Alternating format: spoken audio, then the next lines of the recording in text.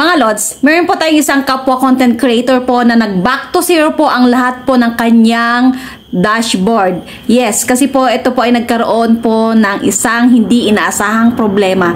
Ito po, i-share ko po nang sa ganun ay makatulong din po sa inyo at pwede rin nyo po na i-share din po sa iba pong mga content creator po na kaibigan ninyo, friends ninyo, or followers ninyo. Mga Lods, may hilig po ba kayo na ipahiram yung mga cellphone nyo sa inyong mga anak dahil etong mga anak nyo ay umiiyak or mga nagmamaktol, yung mga ganyan? Naku mga Lods, ingat-ingat lang po. Lalo na po kapag kayo po ay isang content creator or isang vlogger. Nako po, mga Lodi, meron po ako napanood ngayon lang na ang isang pong content creator ay nag-zero po ang lahat po ng kanyang dashboard. Kasi nga po, hindi po niya namalayan na habang nilalaro ng kanyang anak yung kanyang cellphone ay napindot po niya yung kanyang professional mode na off. Yes, na-off po ng kanyang anak at doon po ay nag-back to zero po ang kanyang mga dashboard, no? Yung kanyang mga pinaghirapan po ng 5 buwan ay talagang nawalan po ng saysay. Kaya mga Lodi ko, sa mga may anak po, lalo na may mga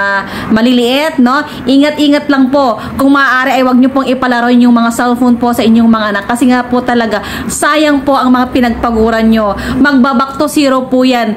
Lahat-lahat po yan. Iwasan po talaga natin po na ipalaro sa ating mga anak. Kasi nga talaga, ang hirap. Yung tipong iiyak ka na pero wala kang magawa. Kasi nga, accidental po na nai-off po or na-click po ng anak mo na nai-off.